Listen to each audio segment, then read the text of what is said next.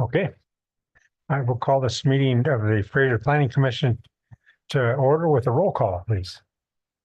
Katie Souls. Brian Cirkvenick. Joy McCoy. And online we have Margaret, I think, Margaret. And Bob. and Bob. Okay, Let's see if we can get their voices hooked. yeah, Margaret and Bob, can you hear us? Yes, I can hear you. Can you hear me? Yes. Yes. Thank you. Okay. You had me muted there until just this second, so. Yes. and how about Margaret?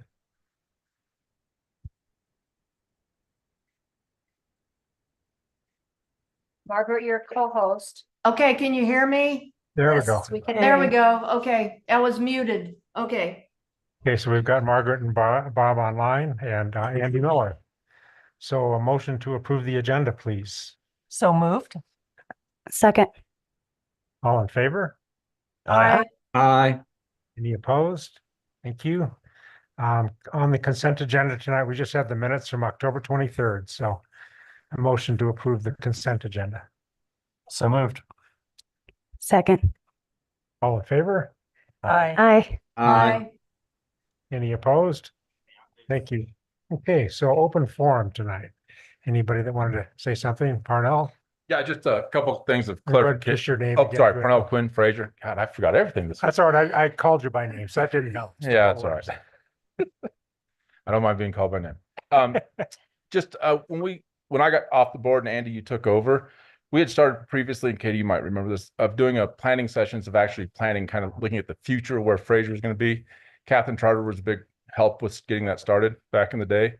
And we said when we got to finally get a real planner in here, and we do have one, Garrett's here with us now.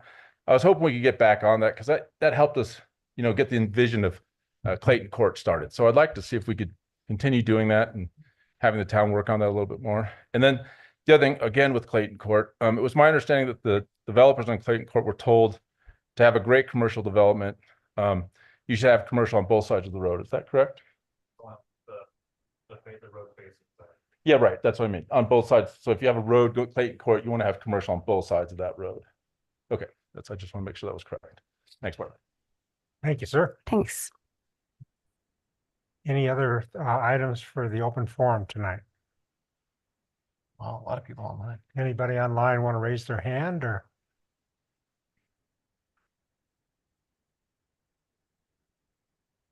Look like it. Okay, so we'll move on to public hearing and possible action. So we need a motion to open the public hearing for Rendezvous East Mountain, correct? I'll move to open the public hearing for Rendezvous East Mountain Filing 8. Amended FPD. Second from Brian. All in favor? Aye. Aye. Aye. Aye. Aye. Any opposed? Thank you. Okay, so we'll have a presentation with the staff report, please.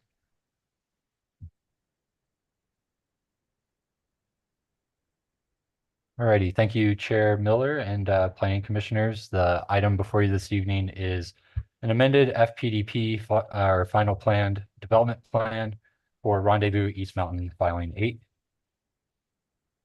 So as usual, this presentation follows the staff report that's in the packet.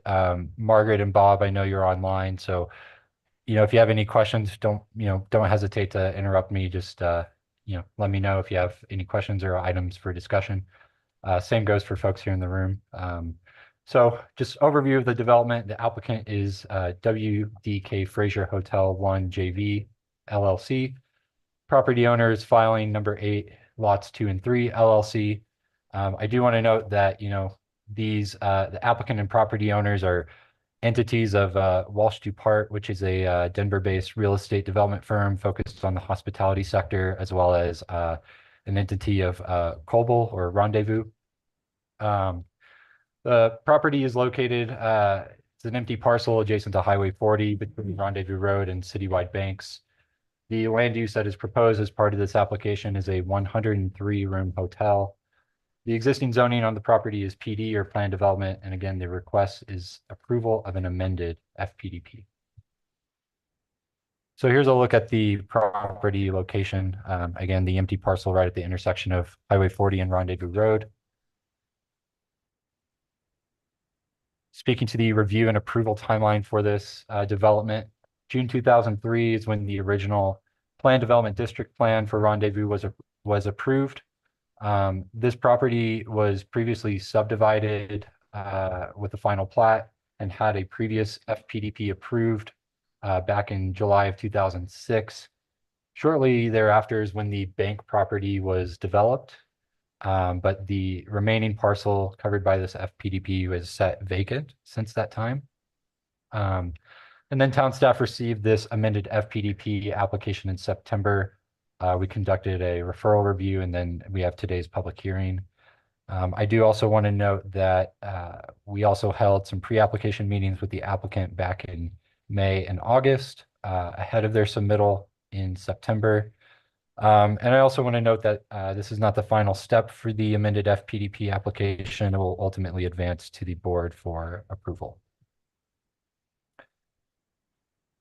Here's a look at the previous FPDP that was approved for this area, East Mountain Filing 8. So pad A is the existing citywide banks site.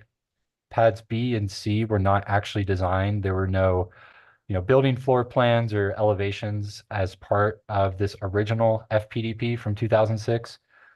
So any development that conformed to this, kind of commercial pad site plan would have required a major site plan approval. These two buildings could contain approximately 8,200 square feet of commercial use, but again, the application is proposing a change in use to a hotel development. This meeting is a public hearing. As required by code, public notice was provided in the newspaper, published 2 weeks ago. The applicant notices to nearby property owners on October 28th. The town, as being a property owner within 200 feet of the development, also received this notice, and proof of the publication and affidavits of notice are provided in the packet as attachments 13, 14, and 15. Here's a look at the existing conditions of the property. Again, largely vacant parcel. It does include the existing monument sign for Rendezvous, as well as, there's several utilities running through the property, primarily closer to Highway 40, as well as kind of close to the private access road. There's also a culvert running through the property. Get my laser pointer here. This culvert serves Leland Creek before it daylights just here. Here's some street views of the property. The first one, this is looking roughly to the northeast from Highway 40. This next view is looking at the parcel from Rendezvous Road, generally facing west. And then lastly, this is a view from the private access road near the bank parcel, generally looking to the south. Here's a look at the overall site plan that's provided as part of the FPDP submittal. So again, the proposed hotel is proposed to contain 103 rooms, a total of 89 parking spaces on site. In addition to the FPDP, the application included a minor subdivision plat that would essentially just combine the two existing lots into a single lot to develop the hotel. Here's a look at the rendering of the building that was provided with the applicant's submittal that helps give a sense of the overall scale of the development and the style of the building. So now speaking to some of the major items that were contained in the staff report. This table comes from page 3. So it just notes the allowed and proposed uses in this planning area of Rendezvous, planning area 13E. The first row notes that, the maximum allowed uses contain a range of residential, lodging, and commercial uses. What was previously approved in planning area 13E only included commercial square footage, right up to that 15,000 square foot maximum. And then the current proposal, which would amend the previous plan from 2006, would construct, 103 lodging or hotel units, which is below the maximum, and the existing commercial square footage figure there accounts for the existing bank site. I also want to note that the acreage of this planning area is also lower than the approved acreage from the 2003 Rendezvous PDD. That allowed this planning area to be up to 4.3 acres. The platted acreage of this site plus the existing bank is about half an acre less than that at 3.7 acres.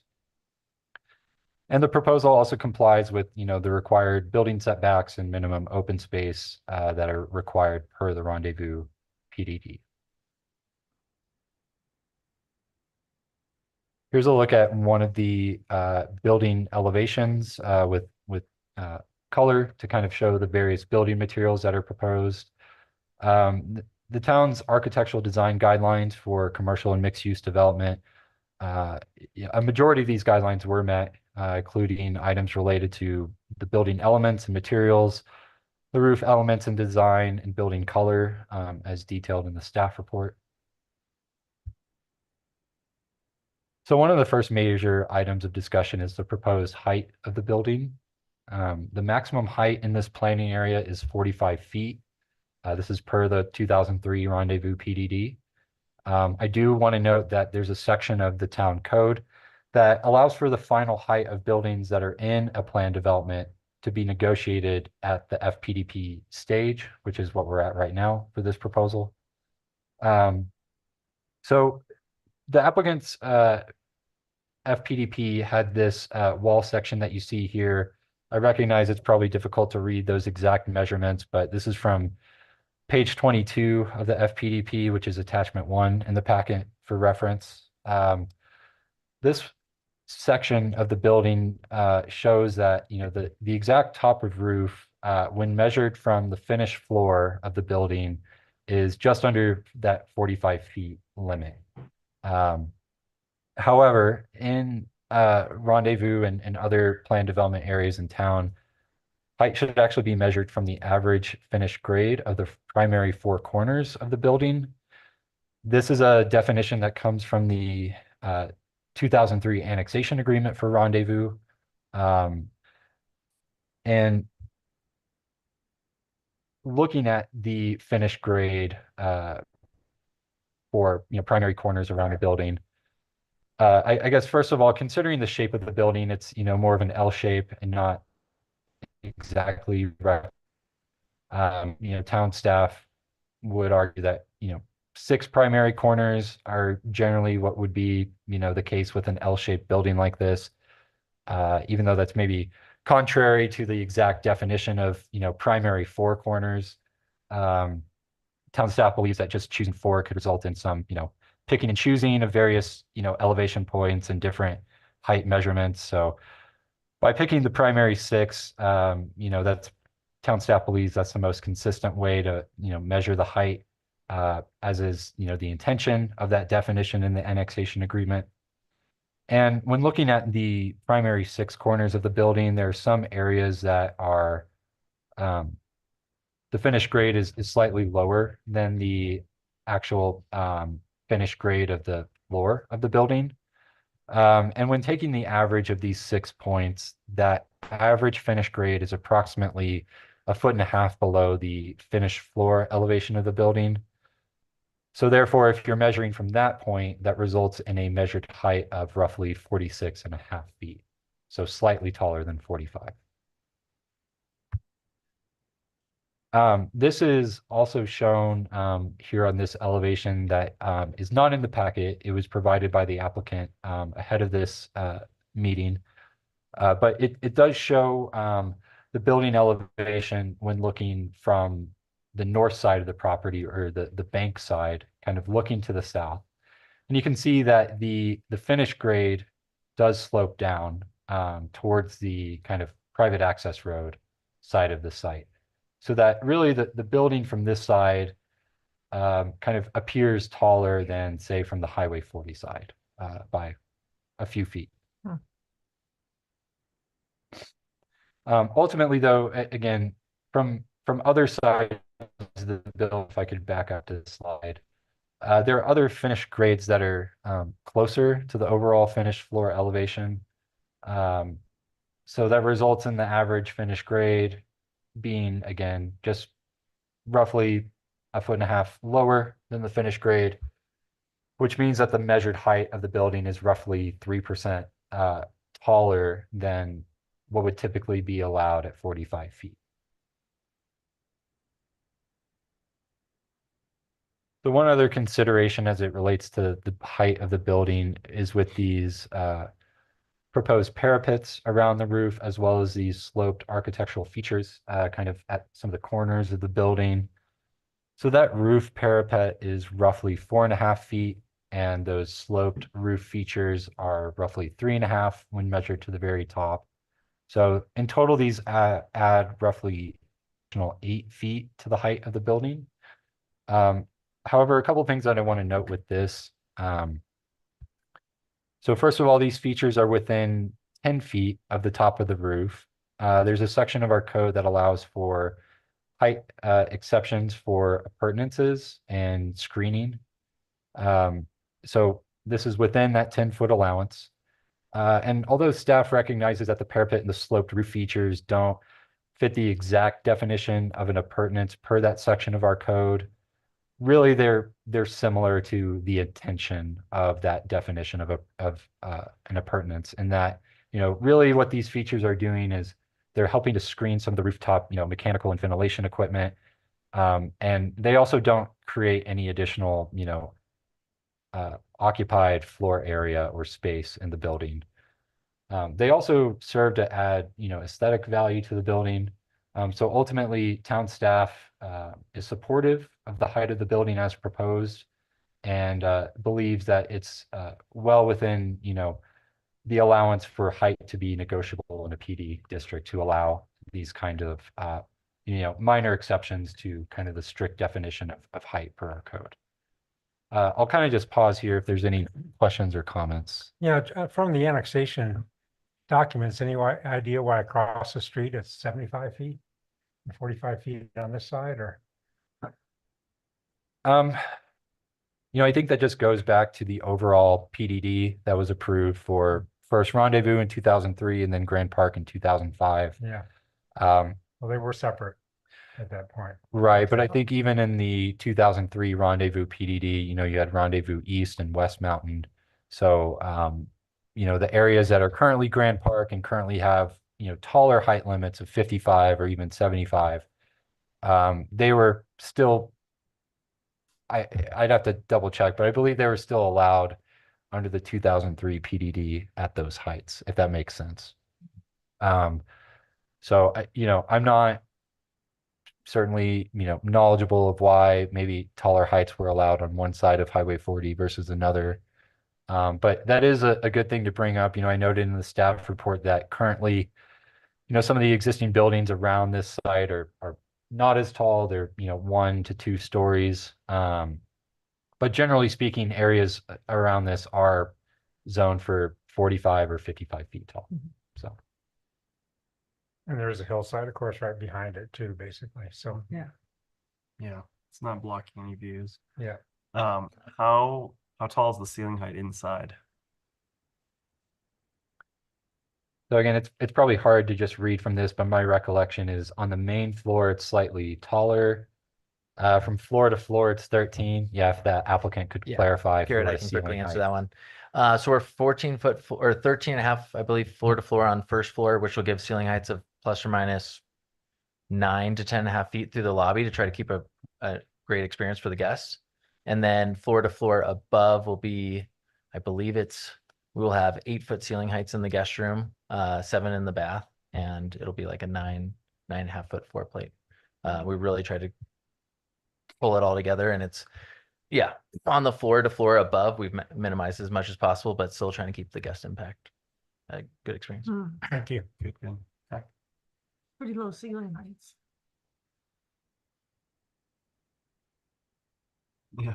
What's that, You Katie? know, It's low ceiling heights in the bedrooms, 8 foot. Yeah, and well, 7 lower foot than in what the we've seen, but those are residential too, so these are hotel rooms, but Yeah, hotel rooms. How do they average? Go ahead, Margaret. Oh, yes, I live in them. So, yeah, 8 8, that's pretty standard for a hotel room. Good, Yeah. perfect, thank you.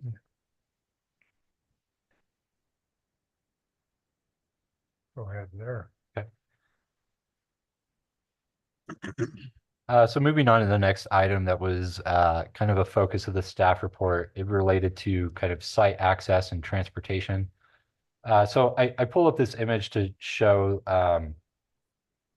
this section of the trail here that was constructed just this past summer is known as Marianne's Trail or Marianne's Loop.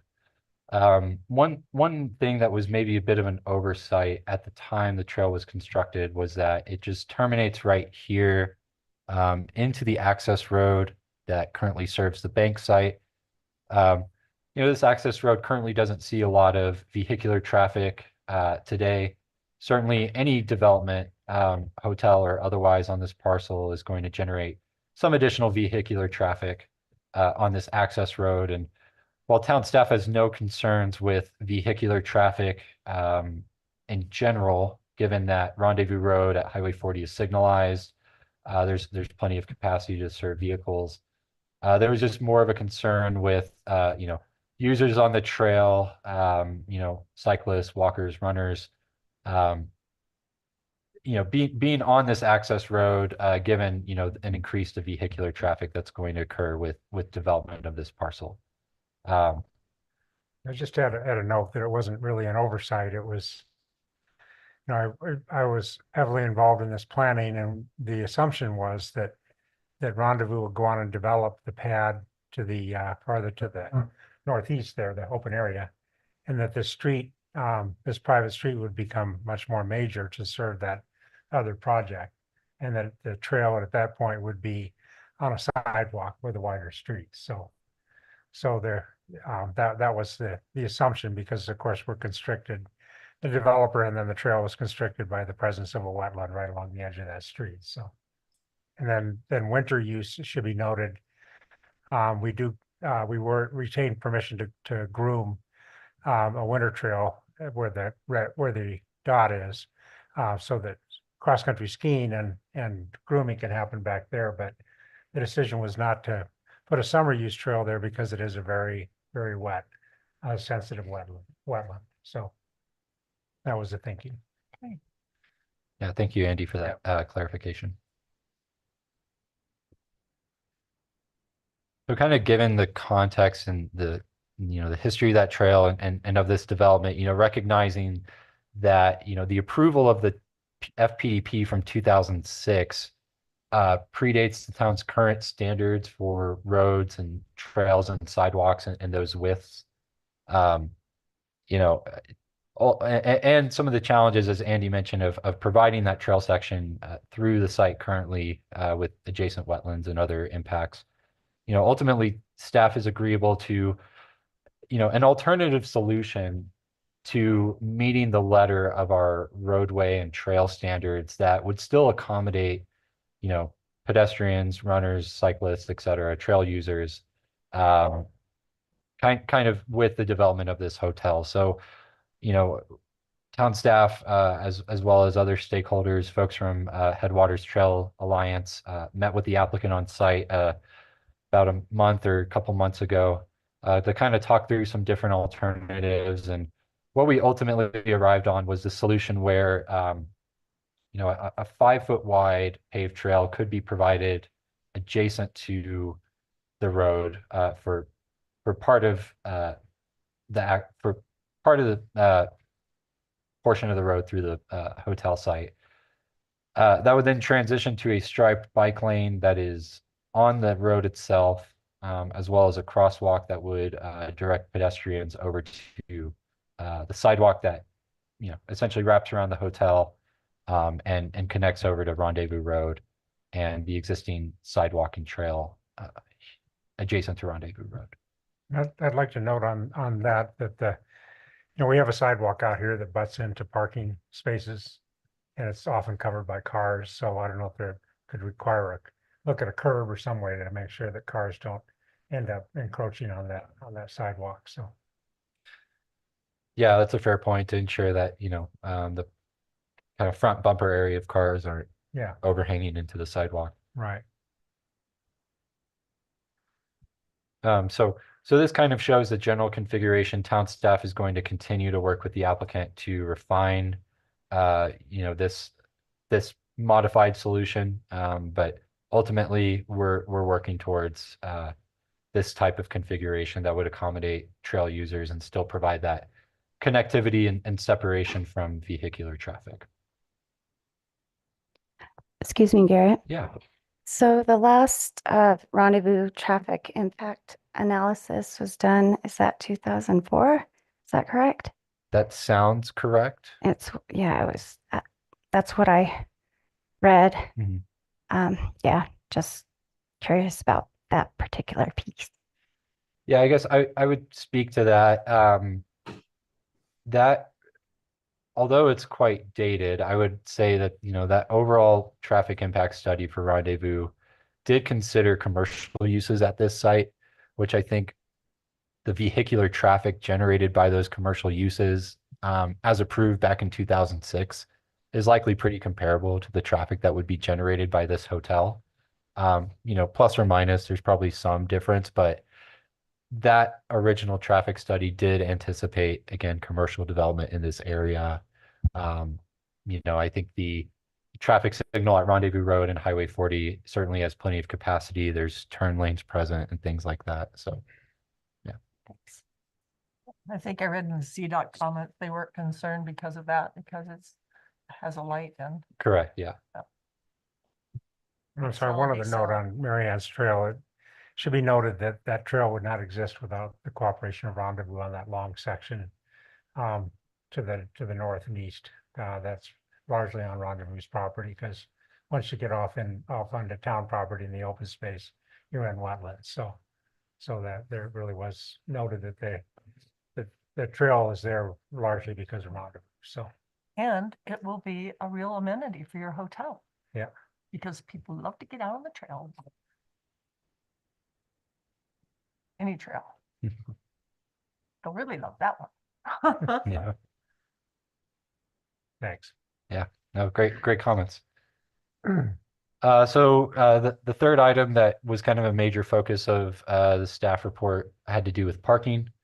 Our code requires that hotels be parked at a ratio of 1 parking space per hotel room. So given that this is a 103 room hotel, our town code requires 103 parking spaces. I will note, though, that within our code, parking in a planned development is also a negotiable item, both in terms of the quantity of parking spaces provided as well as the size of those parking spaces. The applicant did provide as attachment 5 in the packet this parking exhibit. They pulled several examples from other Colorado mountain communities that I would say are kind of peer communities to Fraser. And many of these places either have a codified parking ratio that allows slightly less than 1 parking space per hotel room, or they have approved recent hotel developments at less than a 1-to-1 parking space to hotel room ratio. Another thing that I just wanted to call out from that exhibit that the applicant provided is that, the town of Fraser, our standard parking space size is 20 feet by 10 feet, whereas many of these other peer communities have a standard parking space size that's more comparable or similar to what we call a compact parking space, which is 18 feet by 9 feet. Again, parking in a PD can be negotiable both in terms of quantity and space size. But in thinking about any potential reductions to, the parking that is required, we can look to some of the provisions that are in our code and codified just for all properties, not just properties in a PD. One of them being this 10% reduction that's allowed for proximity to public transit. Our code simply defines that as being within 250 feet of Highway 40, which frankly, for some properties doesn't make a lot of sense. You could be close to Highway 40, but could be very far from an actual bus stop. In the case of this property, there is actually a bus stop right along Rendezvous Road, right adjacent to the property, currently served by the red line of the lift. So town staff believes that a 10% reduction in parking for proximity to transit is certainly justified in this case. So that would bring the required parking down to 93 instead of 103. Right now, the applicant is showing a total of 89 parking spaces on their site. So they would need to make up that gap through some sort of off-site parking, or alternatively, if the planning commission was just supportive of, you know, a ratio lower than, you know, 0.9 parking spaces per hotel room, that could also be, you know, agreeable. Is this a place to discuss it? Absolutely. Yeah. So how about if you guys commit to improving the bus stop there? Right there on Rendezvous Road. I haven't been by, but I think it's probably just a bench, kind of like everything else. But, you know, we'll service your hotel. You guys would be building stuff with a nice bus stop with a back and a top on it, maybe similar aesthetics as yours, and we could call it good. More than anything, I think our execution here is town of Fraser happy again, I guess happy. I think it's a good minute. It's a thought, because that addresses the transportation issue. Mhm. And, Definitely look at the one by Sharky's. that one's pretty special. Krista Kleinke's design. I don't think you have to do that. Here, I'll get her to speak to that a little bit further. Happy to do that. I think one big piece is I don't know if we're gonna get to it in your slides here, but one big piece would be getting to the 0.8 requirement, I think, as the town of Fraser, I think, is open to the idea, or maybe supportive of the idea, that the parking as shown on the screen at the bottom right would potentially go away, I think would be the ask of the applicant. And in doing so, I mean, bus stop and other things, but when we talk about what is the true, So if think- that goes away, what does that bring you down to? How many parking places? that would bring us down to 79. Again, we will be looking to park it.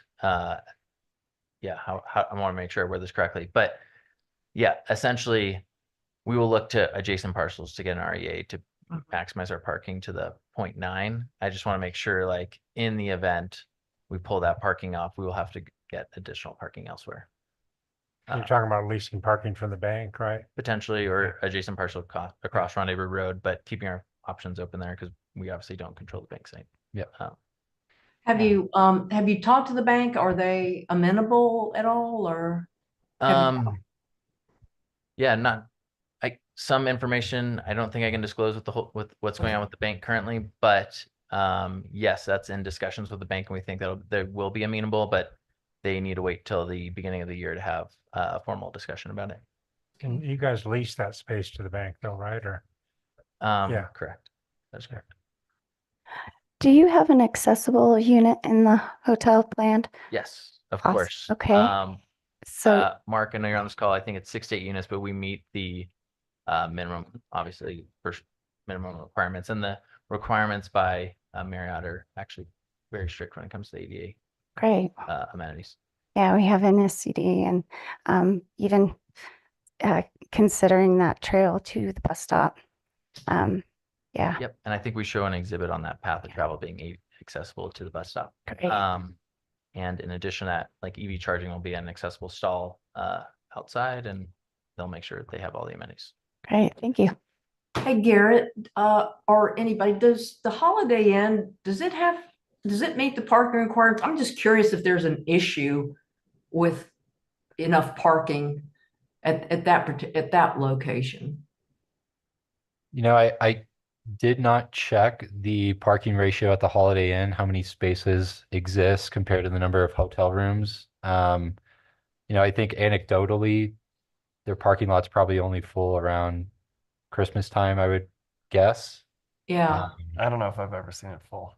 yeah, that was well, some buses parked there a lot, and that made Sure. it That's true. Right. crowded out, but I was just curious if it was really a big issue. You know, enough parking is a big issue. Yeah, that's a fair point. I think I can maybe once I conclude my presentation, try to quickly look up the site plan for that and get a clear answer. Yeah, and just a little backup too, in that exhibit we provided on some additional developments across the Rocky Mountains. We pointed to basically every new development we could find and show their parking ratio for just similar comparable hotels in a similar market. Many of those are like parked below 0.8, just as a reference point. It's actually really hard to find many in the Rocky Mountains that are over 0.8. A lot of people come up on trains and it's typically not parked 1-to-1. Thanks. And of course, our hope is that they do. Yeah. Right. I guess just to continue the parking discussion specific to the bank site, one thing that I wanted to note is from the FPDP from 2006 that approved the bank site, it was parked at a ratio of 1 parking space per 200 square feet of commercial area. And current town code is 1 space per 400 feet. So basically, if you were to build this bank today with this site plan, you would be double over our parking minimums, essentially. Again, I think also anecdotally, a lot of us could probably agree that the bank parking lot is never full. Never. That's also just a product of, you know, the changing relationship of physical banks and a lot of online banking services over the past few years and things like that. You know, another thing that I think is a real big positive with the applicant trying to seek, you know, kind of a shared parking agreement with the bank side is that really the peak times for parking at a bank would be, you know, weekdays during the working hours, whereas peak parking at a hotel is at nights and particularly during weekends at night. So there's not a lot of overlap there in parking demand between these two uses. So I think it makes all the sense in the world for the applicant to pursue this. Granted, you know, the town staff recognizes that that's subject to, you know, negotiation and isn't entirely in the applicant's control. But, you know, I think, Katie, to your point, and if I could back up to the overall site plan, what it's sounding like is maybe that the planning commission is agreeable to this parking amount, 89 spaces, slightly below the you know, 10% reduction. If there's some sort of enhancement to the bus stop. Yes. And then I would also add on top of that as if you know, a certain number of spaces could be secured through a shared parking agreement. It's the preference of town staff to see that this parking area just go away if possible. Okay. Yeah. Just, you know, to not unnecessarily pave open space. Again, there's a big underutilized parking lot right there. If the applicant can secure enough spaces, then it would be our preference just to see this go away. Yeah, probably fill up with trail users. Yeah, well, that's where the trail comes through and it's currently trees and it's a nice space right now, so. Okay. I guess what you could do is leave it sort of you know, in the future, if parking for some reason does become an issue, you might could add it later if necessary, but not Yeah, develop. that's a fair point. I don't see it as being an issue. I mean, it's all the hotels I stay in, and it's just the parking lots. Yeah, at night they sometimes get full, but it just doesn't seem like it's. I don't think it's an issue to only have 89 here. It's going to be plenty. Without that, it's 78. Right, or 70, 73. 79. 79. Yes. 79. In your parking study, it says 88 parking stalls on site. Where is the discrepancy there? So I think town staff counted 89. We're fairly confident, and that's the number that's being shown. Okay. I think in the FPDP that's in the packet, 87 was the number that was listed somewhere. 88 may have been listed elsewhere, but if you count up all the parking stalls that are shown on this image, it's 89.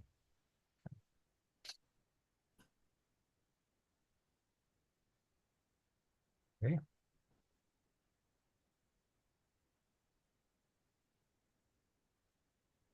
Last thing I just wanted to speak to briefly was snow storage. The applicant provided a snow storage exhibit as a separate attachment. This will be incorporated into the landscape plan, or just kind of as a separate sheet of the FPDP. One thing that I just wanted to make the planning commission aware of, there's a provision in our code that prohibits snow storage on or within 25 feet of wetlands. And per that snow storage exhibit, there was some snow storage areas shown within 25 feet of wetlands adjacent to the Fraser River. This line right here is the boundary of those wetlands that are off-site, but still within 25 feet. I think it was roughly 20 feet of this area. So we requested that there be no snow storage here.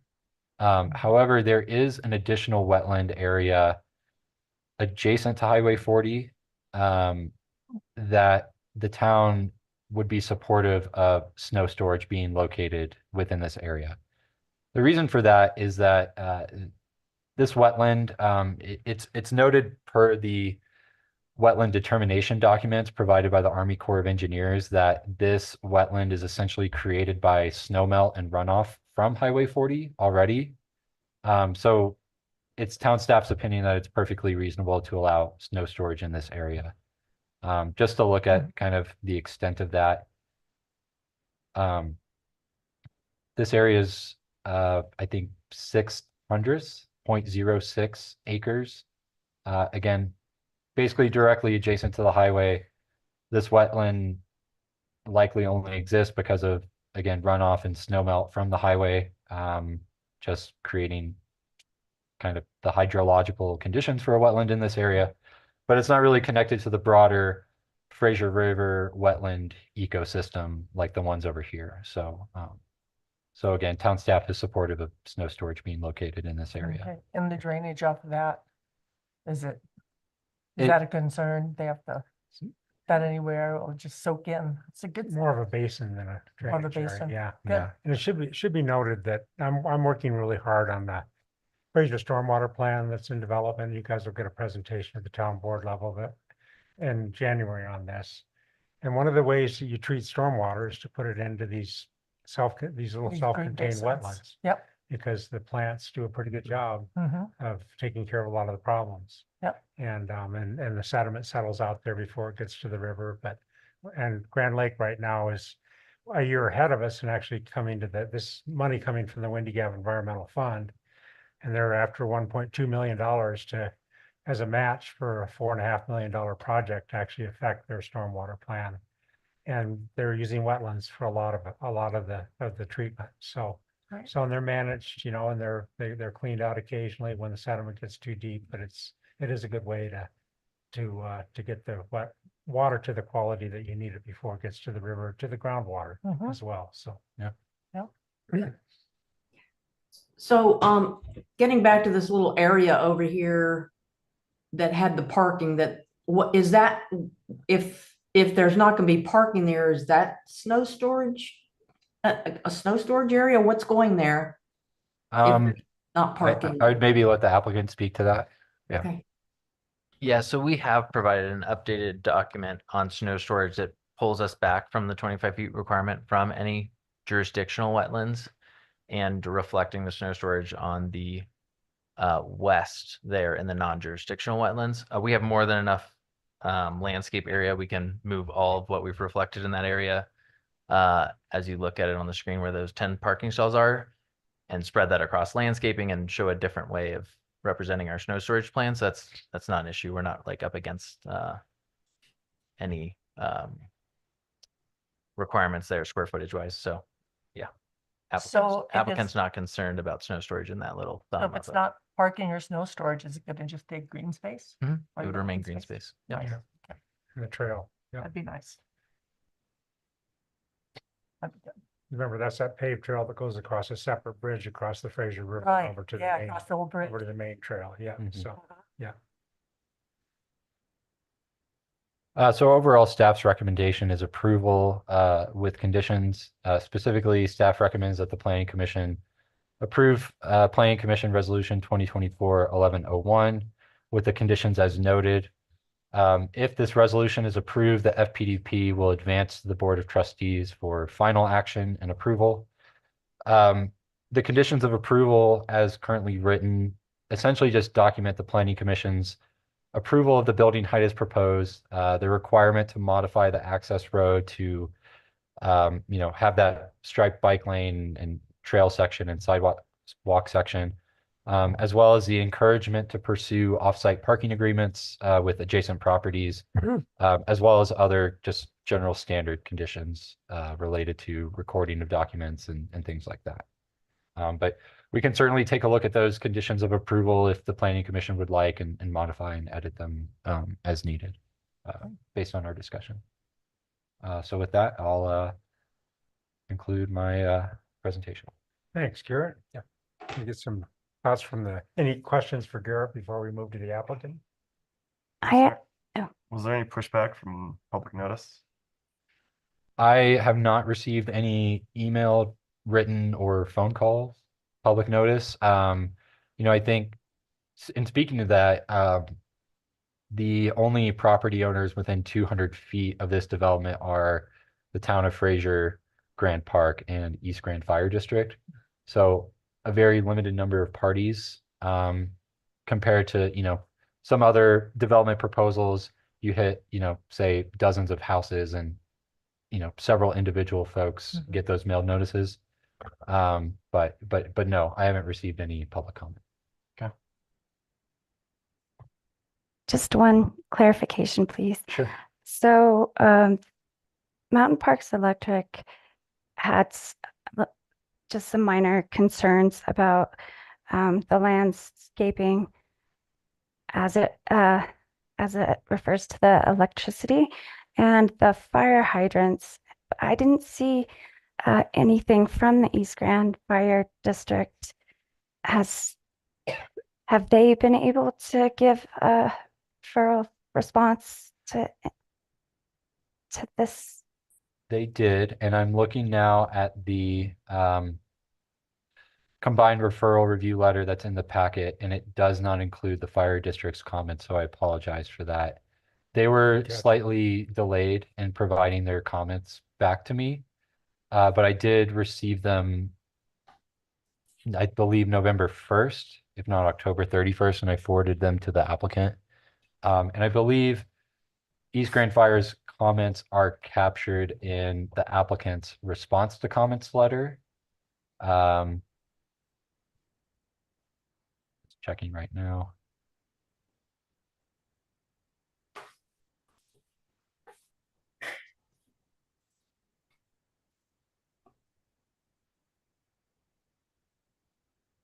Actually don't think they are in the packet, but I can assure you, Commissioner McCoy, that they were received and forwarded to the applicant. So we'll make sure that East Grand's comments are addressed.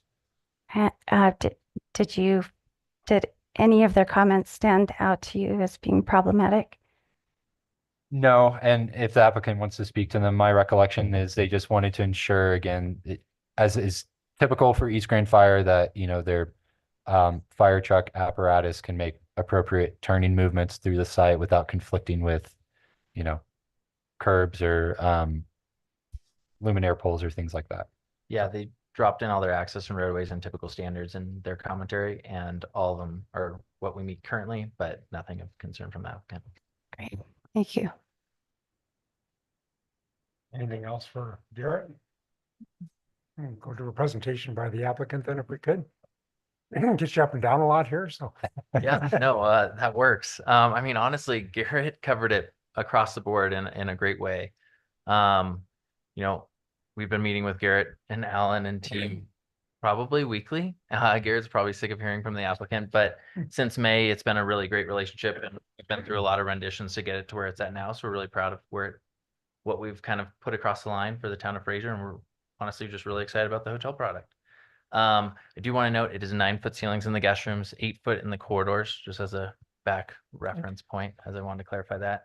And then in the lobby, it'll be 9.5 to 11.5 feet, depending on the area you're in.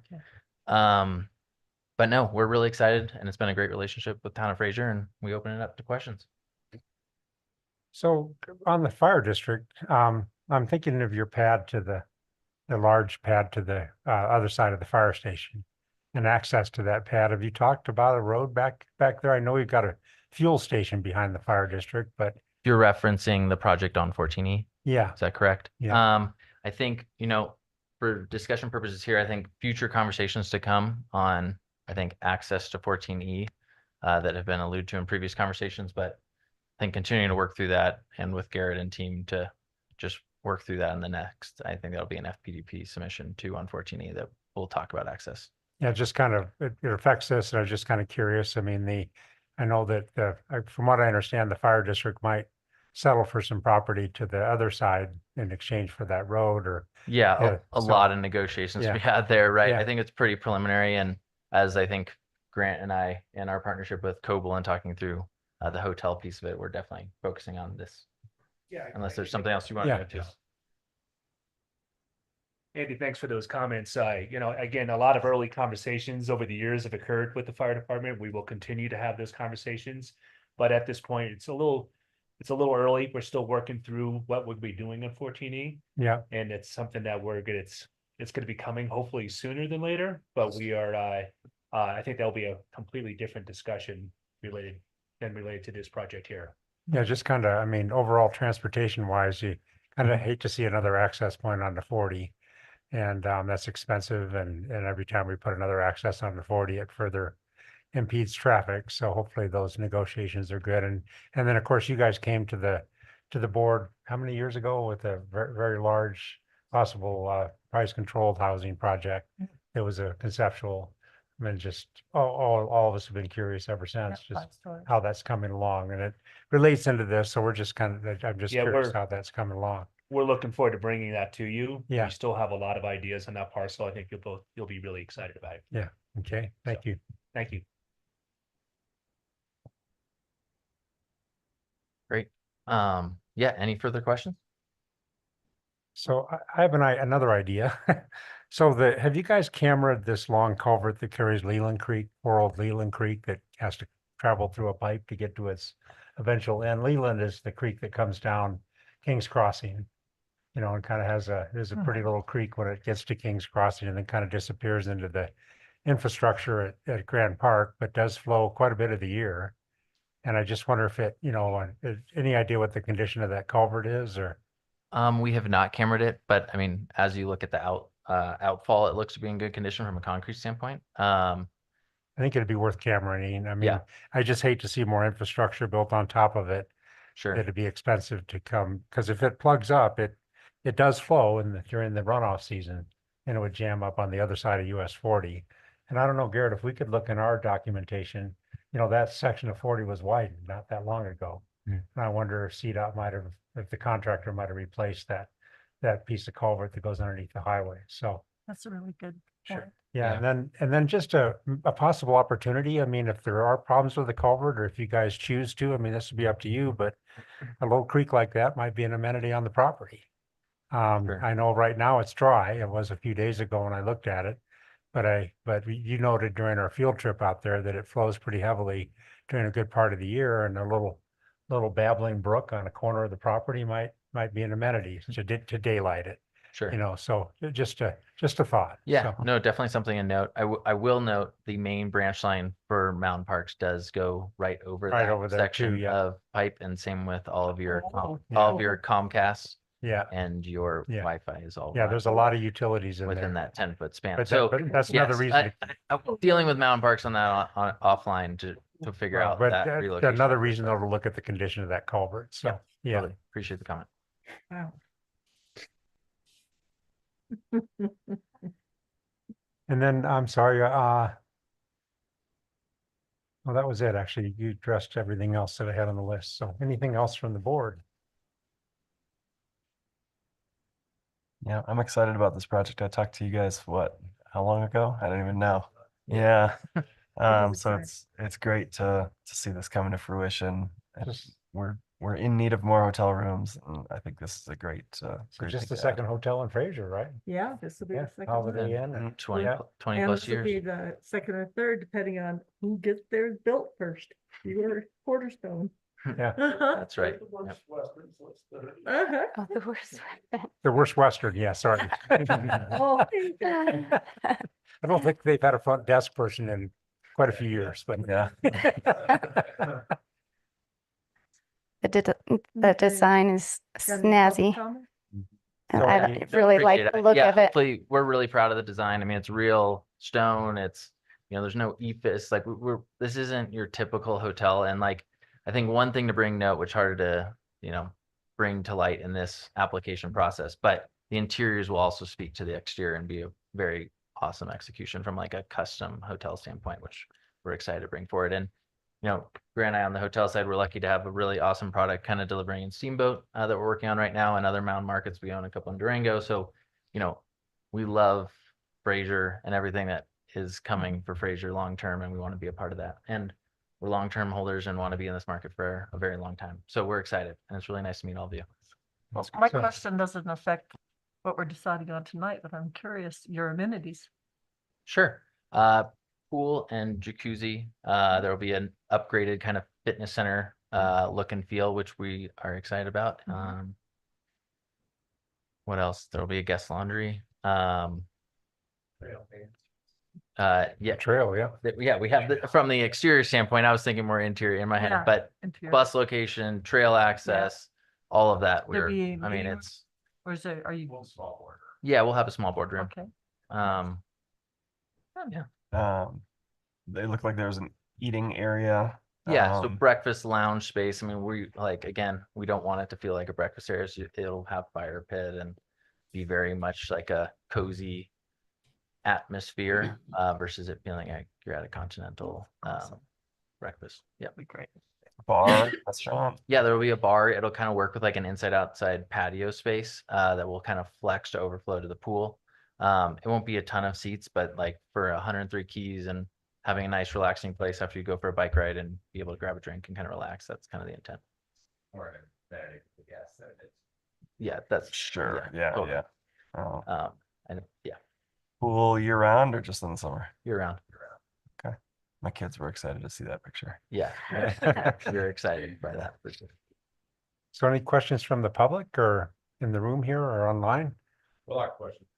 Comments? Yep, questions, comments? Hello, Cornell Quinn, Fraser. Just a lot of people I talked to really like the hotel. They're very much in favor of it. They wanted to thank Garrett and the applicants for thinking outside the box of our normal development plans that we do and allowing the building to look much better than it could have looked had we stuck to our standard rigidness that we used to do. However, I do have a couple questions on the Rendezvous developing in Fraser again, since it's been a while. On 4E of the PD of the 2003 PDD, there's 135 acres, just over 135 acres. Has that been dedicated to the town for public use yet? It was supposed to be done in 2006. The open space has been, All 135 acres. Oh, I yeah. believe so, I think yeah. it's over. That happened Just fairly double check, recently. just to make sure we have that done. Yeah. Yep. And then looking at how the staff analyzed and came up ways to keep the look of the building and how they determine the height of the building. Will this be supported by the staff? And if approved tonight by the planning commission in future developments in Fraser and not just in the PDD zone? We're just making a decision tonight. It's not, we're not setting a standard. Well, it's not setting, I'm just wondering if you guys would. I mean, I think it's a great way to look at how we came up with the roof heights. The coastal building across the street could have looked a lot better had we used this formula and plan. So I think we should do, that's Yeah. all. I think it's great. And It was brought up at least to the town board, maybe to the planning commission, when the preliminary sketch plan for the 5-acre Summerall property came up, because yeah, that's right, that was not talked, the technically four corners was talked about, yeah. right. correct. So it's not technically in the PDD, so it doesn't qualify, but maybe we should look at that in the zoning. And as far as the parking goes, with the new train service that we're going to get, that's 5 days a week, I think we're going to see a lot more guests coming up that don't have cars. And there's a lot more people that I see that are coming up in, well, as Brian may know, in taxis. We don't see as many people driving over the pass, but we do have a lot more visitors. So I don't think we need the higher parking requirements that we've had in the past. So if we could also get that into other zones beside the PD zone for that 10%, like Garrett mentioned, I think that would be great for the town as well. Because like, I mean, like you said, the bank has way too much parking space for what a bank needs, and who wants to look at a black open space for the Empty duration of parking the lot. winter, so. Good. Discussion. All right, That's it. I agree Thank you. 100%, Parnell. I mean, parking is just, there's so many articles, so much land use planning going on that addresses this overabundance of parking.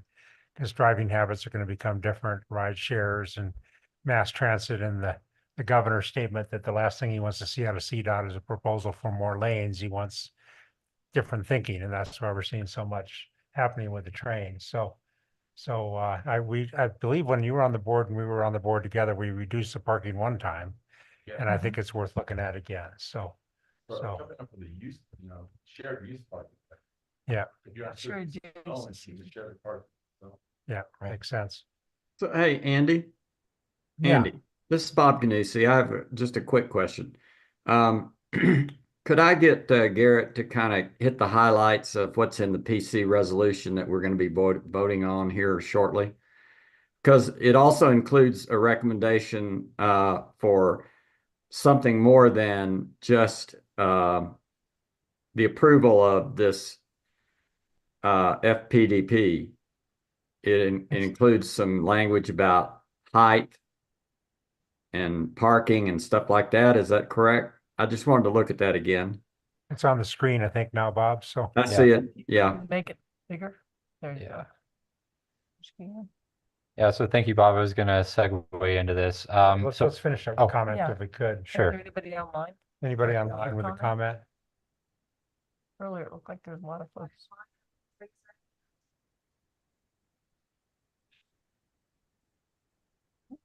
Okay. Okay. So at this point, we should have a motion to close the public hearing. So moved. Second. Any discussion? All in favor? Uh, Aye. Hey, Any opposed? Thank you. Okay, so now we could review the conditions that were proposed for the motion. So, Yeah, thank you, Andy. So again, they're up here on the screen. The first three here are meant to capture kind of those main highlighted things that I talked through in my presentation with regards to building height, the access road, and parking. So we can just kind of take these in turn. Condition of approval number 1 is just meant to document that the planning commission is agreeable to the building height as proposed. Essentially allowing that, the slightly taller than 45 feet is acceptable, and the parapet and roof features are, in this case, determined to be appurtenances for this building. Any comments or concerns on that? Seeing none, okay. Condition of approval number 2 speaks to the applicant, widening, modifying the access road to a condition that allows for both vehicular and non-vehicular access. That also facilitates a connection of Marianne's Trail. Again, the language here is more broad than what's been communicated with the applicant as far as, specific widths and, the striped bike lane and things like that. I think we have an agreement on the specificity of the solution. But again, the language here is just more broad to allow for flexibility if something pops up. But the intention is to have a 5-foot paved trail for part of the road, and then that transitions to a striped bike lane and then the sidewalk around the hotel. so that corner piece that you could pull the parking out of. And you say the trail right down runs through it? yes, that's the existing trail over far off to the east. To go Okay. to connect with the Fraser River Trail. So Um, that completes the loop basically. Just take a look at is that. there a way that we could negotiate with you guys to do a dedication for that? So that'll remain part of that trail system? I Patience? think, I think the trail part in that section, correct me if I'm wrong, Andy, is really along the road, right where it hooks around there. So actually that corner piece is actually a little bit further in yeah, and down in the not wetland in that location there, Okay, but down in the vegetation. So the Okay. trail wraps around right along the pavement edge Okay. and it does connect. So that bike trail on the surface will connect right to the Rendezvous Road paved bike trail as it's designed. Okay. And that's all existing. That was there long before Marianne's Trail, so.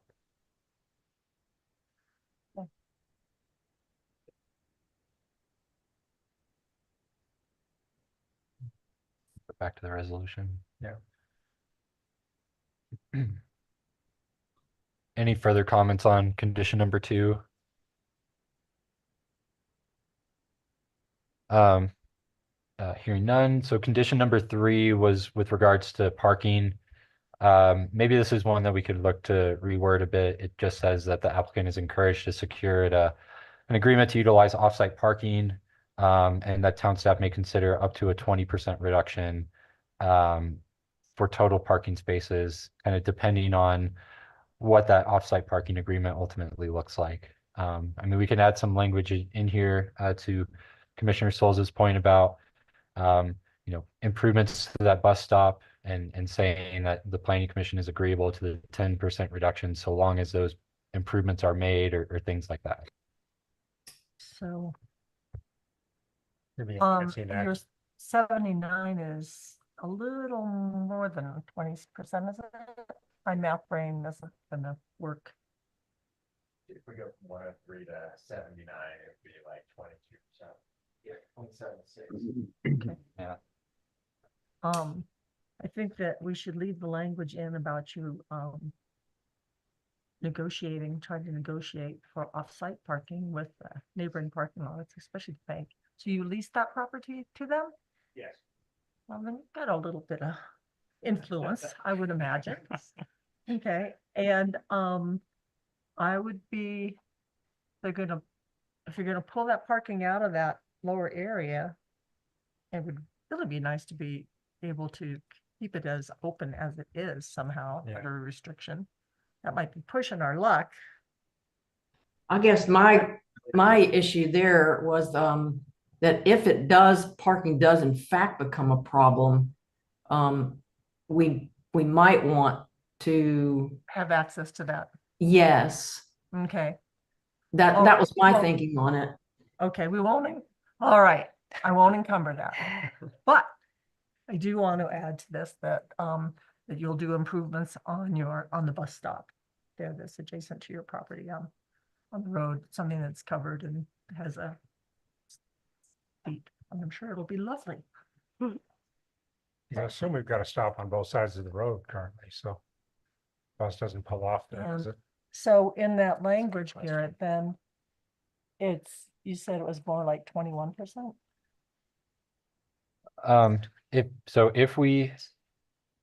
If we remove the 10 spaces on that kind of wedge piece, Yeah. then that's 79 parking spaces on site. So the on-site parking ratio would be roughly 0.76 Okay. spaces per room. Okay. 3.5%. Yeah. Yeah. Yeah, so I think maybe we reword this sentence. Okay. It also looks like the bus stop is only on the westbound lane. I don't see one. For eastbound, I would assume that we'd get a stop there for eastbound once the hotel's in. I think the bus Well- runs on a loop and it turns right. Oh, it is the loop up through. It Yeah. doesn't come out that same way. So right? northbound on 40, heading away from the resort, Yeah, it that's turns just where they're onto Right, there just isn't one. on the like where Hideaway Park is. Yeah, that cutoff Oh, point, that's that right. new cutoff Go road. ahead. Yeah, it doesn't come back. It's a loop. Doesn't back So around. it Yeah, will only go. yeah. So it's just on one side. So. Okay, yeah. gotcha. If you wanted to heat the bus stop, that would be fun. Solar. Solar hot water heat.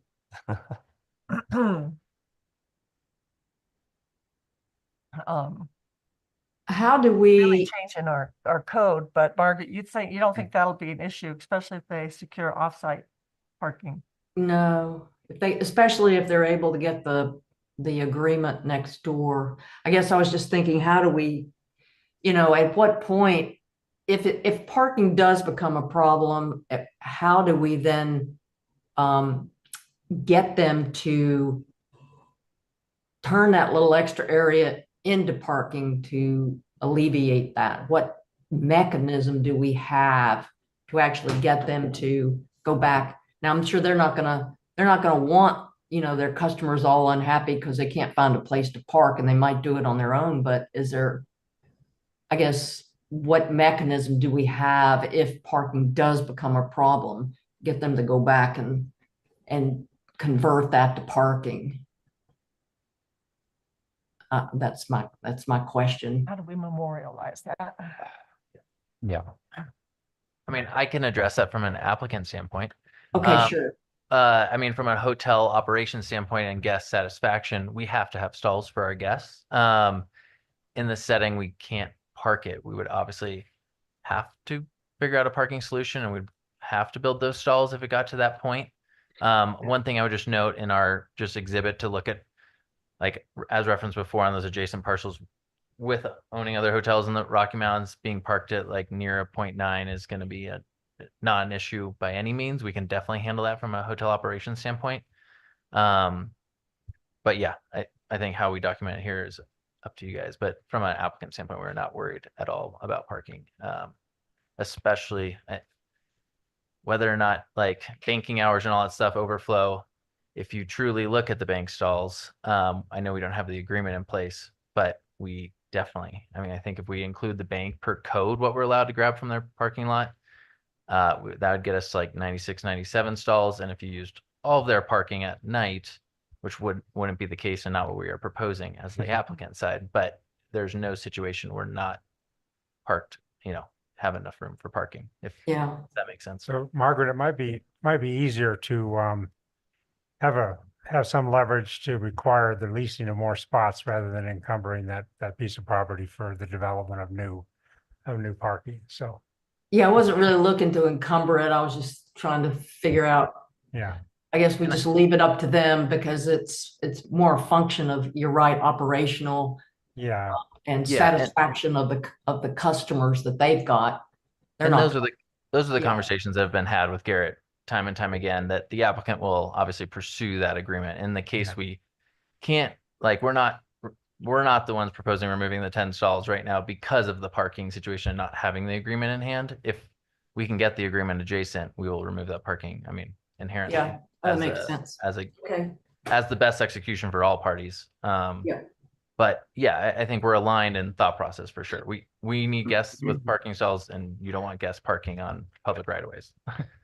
okay. Yeah, and I guess just to speak through the math of this. So again, the bank is overparked per current code. If the applicant could secure a shared parking agreement for 17 spaces, those 17 spaces on the bank property plus, let's say, 79 on the hotel property, if you remove those 10, that's 96 spaces total.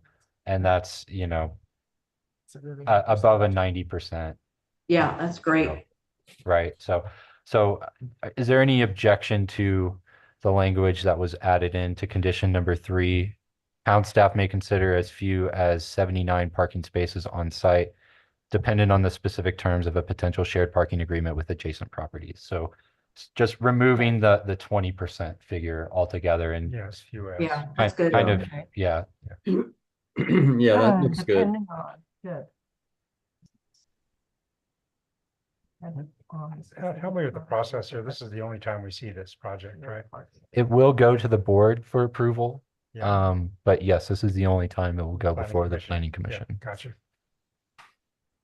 you want to say a potential or just a shared parking agreement? Because by then it should be. Yeah. I guess potential, whatever. Or shared, yeah. Okay. Okay, good. Are there any concerns from the applicant with that language or? And did you add something about the bus stop? Yeah, so that's this first sentence up here. The applicant shall coordinate with the lift to enhance the existing bus stop adjacent to the hotel to secure the 10% reduction. And then the other conditions are kind of our more standard ones. Condition 4 just states that the applicant shall address all referral review comments to the satisfaction of the entity providing those comments. 5 speaks more to, so a subdivision plat was provided. That's not technically subject to planning commission and board approval because it's a minor subdivision, but these are just kind of reminding both town staff and the applicant that, these things should take place with the recordation of that plat. Same with number 6. There's a small number of public infrastructure items related to water, sewer, as well as drainage and landscaping that would be covered under a development improvements agreement. So we would require that the applicant enter into that agreement as part of this approval.